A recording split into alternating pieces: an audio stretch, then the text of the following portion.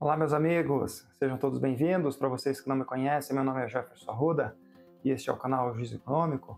Fazia alguns dias, pessoal, que eu não trazia conteúdo para vocês aqui, pois eu estava em viagem, final de ano bem corrido. A gente planejou uma viagem para os Estados Unidos junto com a família, aproveitando as estratégias aí de milhas, promoções e ofertas para a gente viajar barato. Se vocês quiserem saber um pouquinho mais sobre isso, não se esqueça de deixar nos comentários, isso ajuda bastante. E também o YouTube entende que quando eu publico algum conteúdo e vocês comentam, que esse conteúdo pode ser bom e ele distribui para as outras pessoas.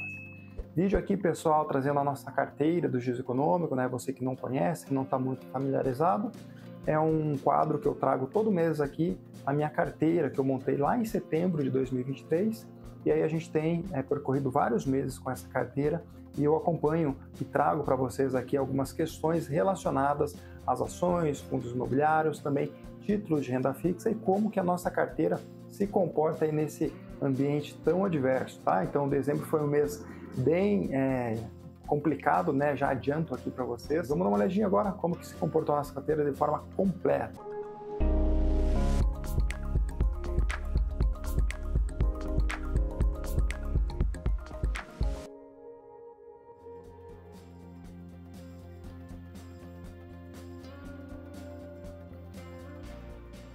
Então já estou compartilhando aqui com vocês, pessoal, a tela do meu computador, onde eu tenho aqui o Status Invest, que é onde que eu lanço aqui todas as minhas transações, tá? Se vocês tiverem dúvidas, coloquem nos comentários, pessoal, pode colocar que eu respondo com certeza, tá? Aqui um panorama geral da nossa carteira, então você vê que no último ano aqui a gente está com 6% aí de lucro, mas se a gente considerar só o período de um ano, a gente está com menos 6%. Então a gente teve o lucro aí ano passado, acho que de 13%, se eu não me engano. Isso contando agora do período aí desse último ano, foi bem doloroso aí para o mercado brasileiro. Então a gente chegou aqui no final com menos 6% de rentabilidade, um número bem negativo, porém ainda melhor que o Ibovespa, tá? Então aqui embaixo nós temos um pouquinho mais sobre a nossa carteira, a composição, o patrimônio atual. Aqui no canto direito, um pouquinho sobre o calendário, sobre os dividendos, proventos que vou estar recebendo. E aqui um pouquinho sobre as altas e baixas aí do mercado de investimentos no dia hoje, segunda-feira, dia 6 de janeiro. Porém, o que eu quero comentar com vocês é sobre dezembro, pessoal. Dezembro já comentei, foi um mês bem complicado. Eu vou trazer aqui para vocês de antemão as transações que nós fizemos. Então, tiveram bastante transações, algumas bem sensíveis, Tem um fundo imobiliário que eu quero compartilhar com vocês, porque muita gente comentou quando eu comprei este fundo imobiliário e agora que eu vendi, eu também espero que vocês entendam os motivos e avaliem aí se faz sentido para vocês ou não, tá? Então, de antemão aqui já falo do HCTR11, fundo imobiliário high yield, focado em dividendos altos, porém com risco alto, pessoal? Então, esse fundo teve uma desvalorização gigantesca aí no último ano e aí em alguns meses aí do segundo semestre eu fiz aí a aquisição desse fundo, visando aí um turnover, visando uma girada para renegociações e para acerto aí dessa dívida, para trazer aí recursos bons para este fundo. Acompanhei ele e eu tinha colocado algumas triggers ali para mim, até o teto que eu estaria disposto a permanecer nesse ativo, Uma vez que ele perde aí esse patamar de preço, eu vendo ele. Isso aconteceu agora, pessoal, no mês de dezembro. Então eu vendi todas as 50 cotas que eu tinha deste fundo pelo valor de R$ 23,89 e simplesmente depois desse período o fundo desabou, ele bateu R$17, 16, 15, agora se recuperou um pouco, mas ainda na minha visão ele não tem nenhum gatilho de boas negociações, de renegociação com esses devedores, então eu estou de fora porque ele perdeu o preço que eu tinha, mesmo tendo comprado em novembro, teve aí essa outra trigger que fez com que eu vendesse ele. Então estou acompanhando, se tiver aí renegociação, principalmente Gramado Parques e outros credores ali que geram bastante valor aí para a carteira, pode ser que eu volte a comprar, tá?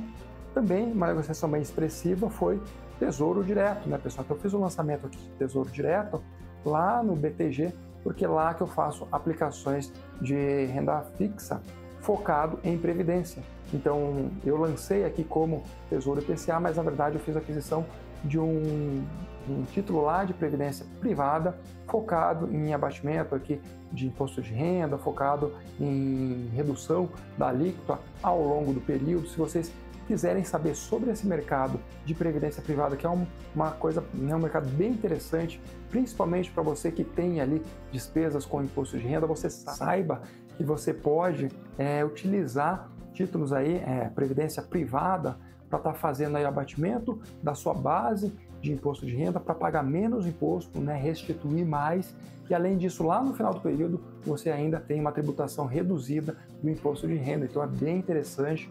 Eu fiz esse aporte aqui de 5 mil para esse investimento, e aí eu fiz mais ainda a aquisição do HSLG11, que é um fundo de logística, comprei mais 7 cotas, Cine 3, fiz a compra em 6 de dezembro de 200 ações da Cine 3, lembrando, pessoal, que o valor aqui foi de 8,10, mas logo na semana seguinte a Cine ela fez uma devolução de capital para os acionistas, então eu recebi 3,66 por ação, então caiu lá na minha conta livre de imposto de renda, bem interessante. Hoje a ação é negociada na faixa de 5,50, então um pouquinho abaixo disso, mas ainda assim eu tenho quase R$1, mais de R$1 aí por lucro, por ação, nessa estratégia que eu fiz. Então, sigo com o Cine na carteira, uma ação aqui focada no setor imobiliário, né, setor mais estratégico, com relação ao crescimento, né, focado em prospecção de terrenos, empreendimentos grandes. Eu acho que é um ativo bem interessante, bem volátil também. Recomendo que vocês estudem um pouquinho, porque não é uma ação muito comum, então pode ser aí uma ação para ficar no radar de vocês, tá? Além disso, PSSA3, né, focado no segmento de seguros, né, aqui, principalmente pensando no juros brasileiro, né, que a gente tem possivelmente mais altas aí dos juros da taxa Selic aí pela frente, e fechamos aqui com essas compras e vendas para o mês de dezembro. No montante geral, pessoal, foi cerca de R$2.000 que a gente fez essa movimentação. Então eu vendi algumas coisas, comprei outras coisas, tinha um título que vencia de renda fixa, então foi isso que gerou mais recursos para eu estar adquirindo ali essa previdência. Então fechamos o mês aí com essas transações. E como que foi, pessoal, os dividendos aí do mês de dezembro, tá? Então a gente tem aqui os proventos destacados que giram em torno aqui de R$65. Não está contabilizado aqui, pessoal, mais ou menos R$700 que eu recebi da Cine 3, né? Como é uma devolução de capital para o acionista, isso não reflete aqui como provento, então isso acaba caindo lá na minha conta corrente, e aí eu tenho esse desconto baseado pelo valor da ação. Então não está contando aqui, mas foi uma receita boa que a gente teve aí no mês de dezembro. Se a gente abrir aqui por segmento, a gente verifica que a gente tem, por segmento não, por categoria, a gente vê o que é fundo e o que é ação. A gente tem aqui boa parte em fundos, R$53, e 12 em ações, né? Então são pequenos recursos aí de ações. Você vê que fluxo de ação a gente tem mais em novembro, em maio aqui também, e agora a gente vai ter a Caixa começando a pagar de forma trimestral, então a cada 3 meses a gente vai ter um bom recurso aí da Caixa, que é uma ação que a gente permanece com ela na carteira, que ela tem uma boa performance, tem performado legal, e por enquanto a gente mantém ela, tá? Falando um pouquinho aqui sobre rentabilidade, que é aqui que está o grande problema na nossa carteira. O mês de dezembro foi bem complicado, então aqui em cima você vê o gráfico mensal, que a gente chega aqui no período com 6% aí positivo contra o Ibovespa no 0 a 0 desde essa jornada aí que a gente iniciou. Porém, se a gente pegar um período mais curto ali, a gente vai ver que o mês de dezembro ele foi bem problemático para a gente, chegando aqui com 6% negativo. Então, 6,34% negativo no mês de dezembro, que prejudicou bastante a performance da nossa carteira em 2024. Tá? Não é uma coisa para se preocupar, porque realmente o mercado apanhou bastante, então a gente tem que buscar ativos que nos gerem um pouco mais de segurança. Foi por isso que eu fiz alocações no último semestre focado em renda fixa. Se vocês olharem, vocês vão ver bons investimentos em renda fixa, focado nessa alta dos juros, tentando preservar um pouquinho a carteira de renda variável dessas oscilações, principalmente políticas que a gente tem. Infelizmente, em dezembro foi um mês bem prejudicial, a gente não conseguiu escapar dessa movimentação que pegou todo o mercado e também o índice Bovespa de maneira geral, tá? Olhando aqui um pouquinho sobre o nosso patrimônio, então vamos verificar como que chegou agora. A gente está com mais de R$20.000, R$21.600, então a gente tem aqui uma evolução de 20 em novembro para quase 22 em dezembro, então esses R$2.000 foi mais ou menos a movimentação que a gente teve, que eu comentei para vocês, e um pouquinho sobre a disposição que a gente tem hoje. Então temos aqui 37% em ações, e aqui eu coloco para vocês a relação delas. Então você vê que tem algumas ações com uma performance mais baixa, outras ações com performance mais alta, mas o importante é a gente manter isso aqui de maneira bem equilibrada, de maneira saudável. Ó, a carteira aqui a gente vê que está meio no 0 a 0, a gente já teve bons recebimentos de proventos. Em fundos imobiliários a situação é um pouquinho mais grave, né? A gente tem 25% da carteira alocada em fundo imobiliário, sendo que de maneira macro a gente está com 13% negativo em fundos imobiliários, hoje no 0 a 0, então alguns com positivo e outros com negativo.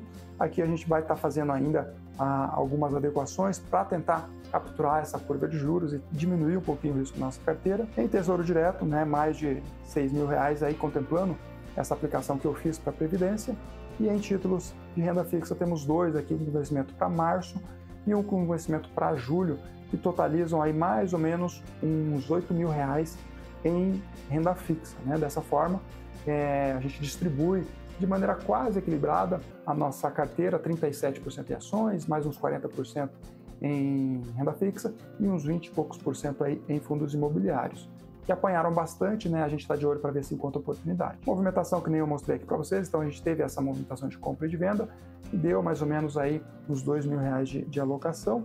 E aqui um gráfico das operações. Então, mês de dezembro a gente fez bastante movimentação, semelhante ao mês de setembro, que a gente também fez uma alocação estratégica na carteira. De maneira geral, pessoal, o panorama da nossa carteira para 2025 é ficar atento, principalmente nessas questões políticas, alta de juros, questão de dólar alto, ele pode ser prejudicial, porém a gente tem visto o início do ano, o dólar um pouquinho esticado, então talvez a gente tenha algumas reações que façam o dólar baixar de preço. Isso pode ser trigger para o mercado brasileiro se beneficiar, então a gente está atento com relação a isso, então a gente vai buscar preservar o nosso capital em renda fixa, buscando oportunidades em renda variável, com alguns gatilhos que a gente possa ter aí, principalmente setores perenes, né, energia, saneamento, mas também o setor financeiro eu acho que pode ser uma boa oportunidade. Estou de olho em Itaú, né, hoje deu uma boa valorização e está no meu radar, talvez eu faça essa aquisição para o mês de janeiro.